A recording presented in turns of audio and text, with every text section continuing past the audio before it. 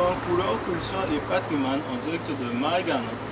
Nous sommes ici pour interviewer M. Chasla, qui est une grande figure emblématique de la culture marie-galantaise. Nous allons nous poser quelques questions sur sa vie et ses activités autour de la pêche et de la culture. A tout de suite.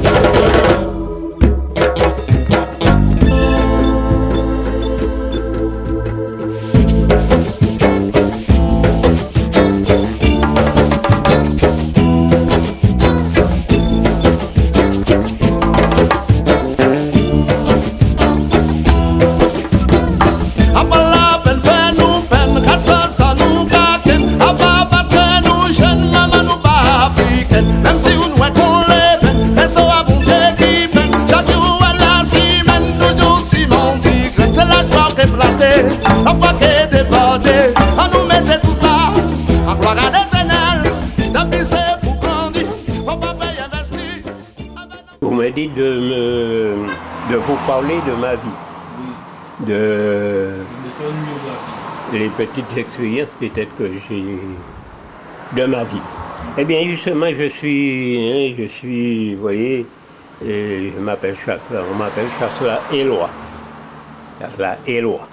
Je suis né le 1er décembre 1923. Tu vois, le 1er décembre qui vient me donner 90 ans. 23 à 2013, ça fait 90 ans. Eh bien, justement, c'est ça. Et je suis né à Marie-Galante, à une époque où Marie-Galante avait 30 000 habitants. À cette époque-là. 30 000 habitants, dont le 2 tiers, c'est-à-dire 20 000, ne savaient ni lire ni écrire. C'était des analphabètes, mais c'était des prophètes qui composaient avec le soleil, la lune et les étoiles. Ils arrivaient à faire des petites choses que je considère maintenant comme des grandes choses, des petites choses, et qu'ils m'ont transmises et que j'ai mis en observation. Parce que pour conserver quelque chose, il faut bien observer, que j'ai mis en observation et ensuite en application. Et puis ça m'a attiré maintenant des grandes attentions. Des attentions, ouais, je dirais même du monde entier. Puisque j'ai exercé les deux activités, l'agriculture et la pêche, ouais, les deux grandes activités qui conditionnent l'économie d'un pays, l'agriculture et la pêche. Eh bien, selon ce que j'ai fait, la France m'a décrété chevalier de l'ordre national du mérite agricole, vous voyez, là, et chevalier de l'ordre national du mérite maritime, m'a-t-elle dit, pour les services que j'ai rendus à l'agriculture guadeloupéenne et à la pêche en Guyane. Ouais. Je vous donne comme ça. Alors, toutes les petites actions que j'ai conduites, c'est là. Et ma dernière, c'est au nom de la pêche. Et j'ai fait casser un arrêté préfectoral pour retirer une injustice qui allait se faire sur le compte de Marie-Galante. Et moi, qui ai invité la France à engager des démarches pour faire voter la loi de 1996. Il y avait des discriminations, etc. Et alors qu'il y a des gens qui venaient de l'extérieur, qui s'installaient sur les 50 pas géométriques et personne ne disait mot, des étrangers. Mais ceux qui étaient du pays, qui sont du pays et qui étaient déjà là, on leur cherchait toutes sortes de... Vous voyez? Alors il fallait faire arrêter ça. Démarche qui a précédé le vote de la loi de 1996 sur les 50 pas géométriques, ainsi que la réponse du préfet de la Guadeloupe et du ministre de l'Équipement. L'esclavage est reconnu crime contre l'humanité. Il convient d'aider cette catégorie de Domiens à sortir de leurs conditions méprisables. Les signataires de cette pétition me font leur porte-parole pour vous adresser la plainte et les doléances suivantes. Marie-Galante, l'île aux 100 moulins, découverte par Christophe Colomb, a connu une forte dépopulation à la suite de crises causées par la fermeture de 2 de ses usines, Pirogue et le Robert. De gros efforts ont été portés sur l'usine de Grand-Anse, la seule unité sucrière restante, en vue de sauvegarder sa vocation agricole, mais la sécheresse et les difficultés économiques sont venus aggraver une situation déjà pénible. Ceux qui sont restés subissent actuellement toutes sortes de vexations, saisie abusive de l'argent de leur récolte à l'usine pour payer des impôts exorbitants qui augmentent d'année en année. Répression sauvage au niveau de l'habitat, refus de permis de construire sur les terres leur appartenant ou sur les terres de leurs parents, menace d'expulsion sur les 50 pas géométriques. Et où je voulais venir. Pour aider les Marie-Galantais à se retrouver et retenir au pays les jeunes qui s'en vont, le comité de défense des intérêts des déshérités de Marie-Galante en instance de formation et les signataires de la présente pétition demandent, premièrement, la suppression pendant 5 ans et un allègement des charges en faveur des planteurs de canne pour les encourager à mener Grand-Anse à son seuil de rentabilité, 180 à 200 000 tonnes par an. Deuxièmement, une adaptation ou un assouplissement des lois de l'urbanisme en matière d'habitat, des possibilités pour les jeunes de construire sur leurs terres ou sur les terres de leurs parents. Troisièmement, et où je voulais en venir, priorité aux marins sur les 50 pas géométriques et accession à la propriété pour les occupants de plus de 20 ans, avec possibilité d'installation de structures d'accueil, restaurants, maisons de souvenirs, etc. Dans l'attente que vous pouvez agréer, monsieur le préfet, l'expression de mes respectueuses salutations. Vous voyez comment pour présenter un bidet. Quand la France m'a décrété chevalier de l'ordre national du mérite maritime, agricole et maritime, eh bien, et que ça a paru au journal officiel c'est pour tout le monde, eh bien ça m'a attiré l'attention des grands journalistes de métropole. Et une dame est venue ici, m'a demandé pour venir ici me faire un portrait. Et voici ce qu'elle a fait. Je peux vous montrer ça. Elle est venue ici chez moi et avec ses crayons, elle m'a fait un portrait en aquarelle. La mort du squale. Les lumignons commençaient à pâlir. Ils cédaient leur feu au grand palpitant. Ils doraient d'une lueur encore lointaine, de léger feu contre les vibrillants emportaient en direction de l'Occident. Il faut parler par image, pas parler français là. Les lumignons commençaient à pâlir. Ils cédaient leur feu au grand palpitant, qui dorait d'une lumière encore lointaine, de légers flocons que les vibrillants emportaient en direction de l'Occident. Ah ouais, alors les grands intellectuels qui viennent m'a posé des questions. Il m'a dit, mais qu'est-ce que vous avez caché derrière ça? Alors je lui ai dit tout de suite, mais monsieur, faites travailler votre esprit. Au lieu de dire ça en français clair, j'ai dit ça d'une manière pour vous faire donner un ton. On me réveillait, 4 heures du matin, etc. Aller faire. Il fut un temps, on charroyait de l'eau dans les mares. Il n'y avait pas l'eau comme à l'heure actuelle. Ce sont les mares qu'il protégeait. Eh bien, il me fallait, moi avec mes soeurs, nous sommes à 9. Eh bien, il y avait les 4 premiers, et comme ça, avec une seau sur la tête. Hein. On prenait des seaux, apporter de l'eau pour tuer à manger, etc. Et bien d'autres choses encore, bien d'autres sacrifices. Ah oui, j'ai beaucoup souffert. Imaginez-vous, quand on vous réveille à 4 heures du matin, 4 heures du matin pour aller dépailler les champs de canne. Vous voyez, parce qu'il y a une époque, ils retiraient la paille, vous voyez, dans les cannes, pour de telle sorte que l'air circulait dans les pièces de canne, et ça donnait du sucre à ces cannes-là. Et bien à 4 heures du matin, avant d'aller à l'école, on me réveillait comme ça, et c'était pour moi une joie. Une joie.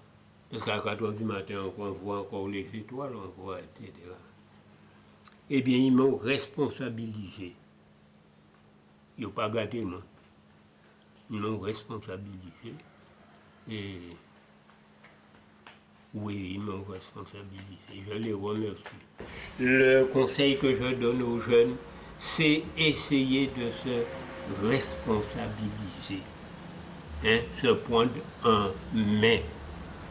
Ouais. Faites des efforts pour vous prendre en main. Faire des petites choses, essayez de faire des choses vous-même. Apprenez à vous responsabiliser. Prendre en main. Faire des choses vous-même pour dire, mais ça, c'est moi qui l'ai fait. Et sans apprendre vite à apprendre, c'est moi qui l'ai fait. Et quand j'étais en classe, j'étais un petit peu bon en géométrie aussi. La géométrie, voilà la géométrie. La symétrie, comment c'est ça. Alors j'ai mis ça un petit peu tous en pratique. Et puis j'arrive à faire des petites choses. Quand les gens passent, ils voient ça, ils disent, mais oh. Quand je leur dis c'est moi, et quand justement, quand ils me voient faire ça, moi-même, moi seul, eh bien, ils viennent me poser des questions. La chanson des étoiles. As-tu vu au-delà du grand voile? Oreille entendu la chanson des étoiles. De la méditation sur la rive d'une nuit d'été vient la contemplation de ces coins d'éternité. Le tam-tam céleste ouvre le grand ciel bleu. De ce divin geste, tout est bleu. Les infrarouges se mêlent aux ultraviolets. L'univers bouge aux multiples reflets. Les ré bémols lointains affrontent le corps, vibrent au domisol, au domisol incertain, dans l'ineffable douceur.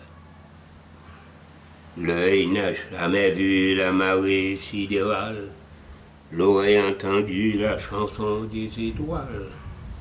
Ces grands papillons dans leur course vertigineuse volaient en tourbillon vers des nuits mystérieuses. Et c'est l'œuvre du suprême architecte. C'est l'œuvre du suprême architecte, c'est Dieu, c'est l'œuvre de Dieu. Tout ça, c'est l'œuvre de Dieu. C'est l'œuvre du suprême architecte, de ce grand inconnu que toutes les créatures respectent. Quand j'étais petit, il n'y avait pas de tracteur. Il n'y avait pas de tracteur à l'époque. n'y avait pas de machine agricole comme à l'heure actuelle. C'était avec la charrue à bœuf. Et je m'en souviens, mon papa cultivait tous ses champs avec une fourchette. Vous voyez, avec une fourchette, elle creusait les sillons comme ça pour planter ses cannes, etc. Et moi aussi, c'était un temps quand j'ai commencé à travailler parce que j'étais colon, j'envoyais des cannes à l'usine. Mon papa m'a donné une portion de son champ pour que je cultivais. J'étais à l'école, j'avais encore 16 ans, 17 ans. À 17 ans, je produisais de la canne grâce à mon papa qui m'a donné une portion dans son champ et que j'envoyais à l'usine. C'est avec ça qui les aidait à acheter mes vêtements, mes livres scolaires pour aller à l'école. Presque toute l'école en faisait moi-même, avec les aides que je faisais avec mes parents. Ma maman maintenant elle faisait des légumes, des choux, des fruits, des légumes. Eh bien, je travaillais aussi avec elle. Alors c'est comme ça, à la terre, j'étais agriculteur, et la canne, je cultivais la banane, tout ce qu'il faisait. Hein? Alors j'ai emmagasiné tout ça. Et c'est bien ce que à Hawaï, bientôt 90 ans, quand vous viendrez dans mon jardin, hein? Quand vous venez dans le jardin en moi, donc vous voyez ça, le monde entier, il me demande d'aller voir mon jardin.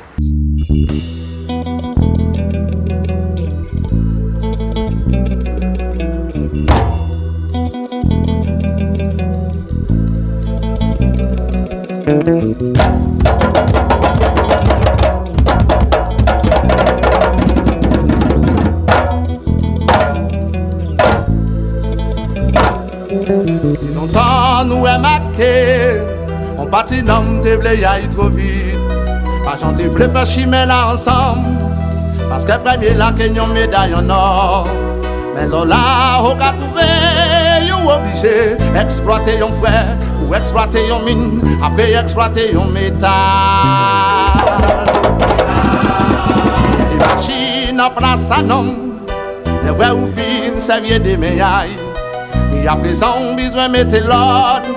On s'y a pas qui te mette des ordres.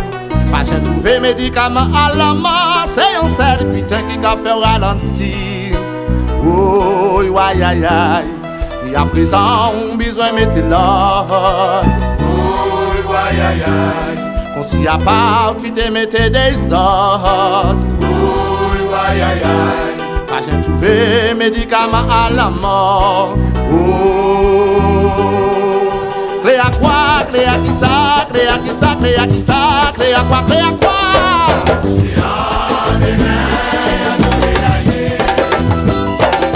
Espoir quoi, espoir qui ça, espoir qui ça, espoir qui ça, espoir quoi, espoir quoi?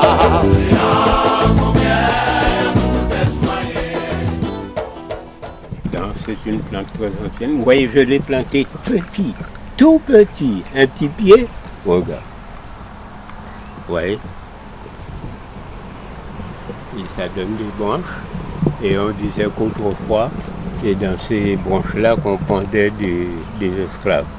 C'est-à-dire les colons, ceux qui colonisaient les gens. Eh bien, quand un esclave était un petit peu dévergondé, eh bien, on le pendait dans ces branches. Dans des branches comme ça, hein. Des arbres comme ça. J'avais environ 30 ans. Quand j'ai eu ça, j'avais environ 30 ans. Oui. C'est un avocatier. Un avocat. Ça, des avocats. Ah oui, on a beaucoup.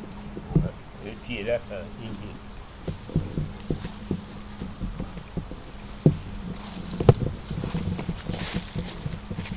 tu vois les avocats. Comment ça monte? Ça commence à monter. Ça va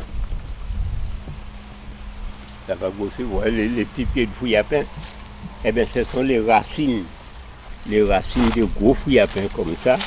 Quand on coupe ça, eh bien, ça donne des petits pieds comme ça. Alors, pour les planter, on n'a qu'à les arracher et on creuse un trou, et on met dedans.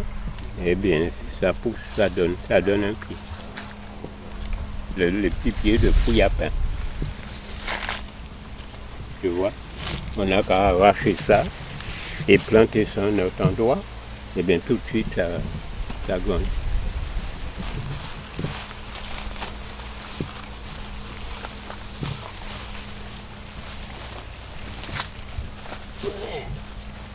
Ça c'est pas bon.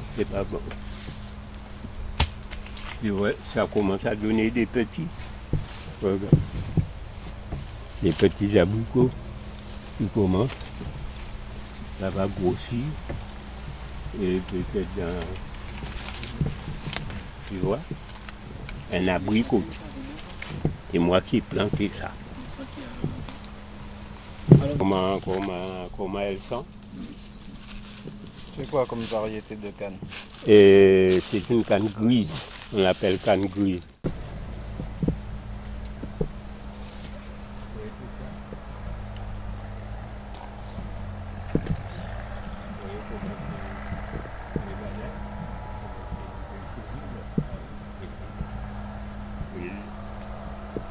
Lignée de bananes.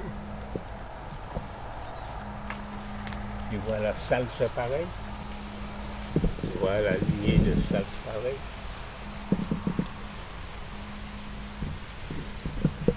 Ça prend fin par ici. Tu vois les filles à pain. Regarde les salses pareil, comment ça produit. Voilà.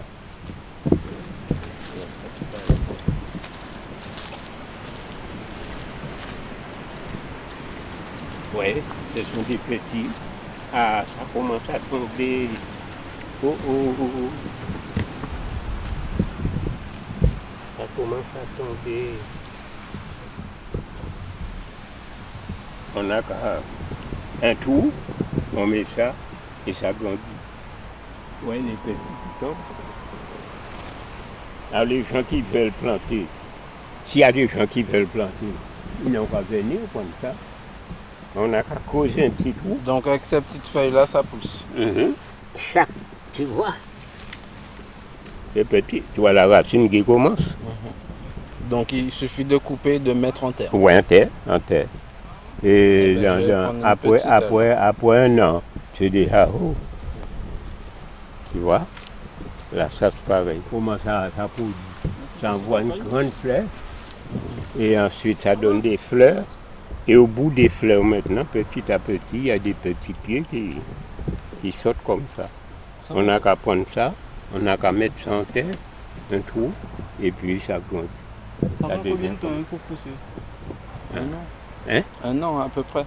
Hein? Pour que ça devienne grand, un an. Oui, 1 an, 2 ans. Et pour que ça devienne gros, immense. 2 ans. Mais 1 an, c'est déjà...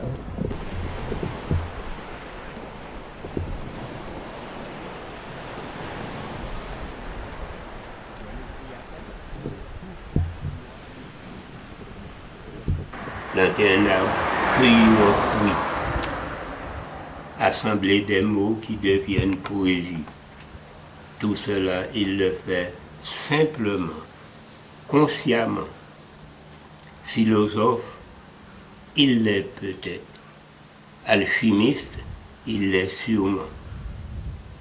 Ces liqueurs aux saveurs exquises nous emportent loin, très loin. Éloi n'est pas nostalgique, mais authentique. Éloi est en paix.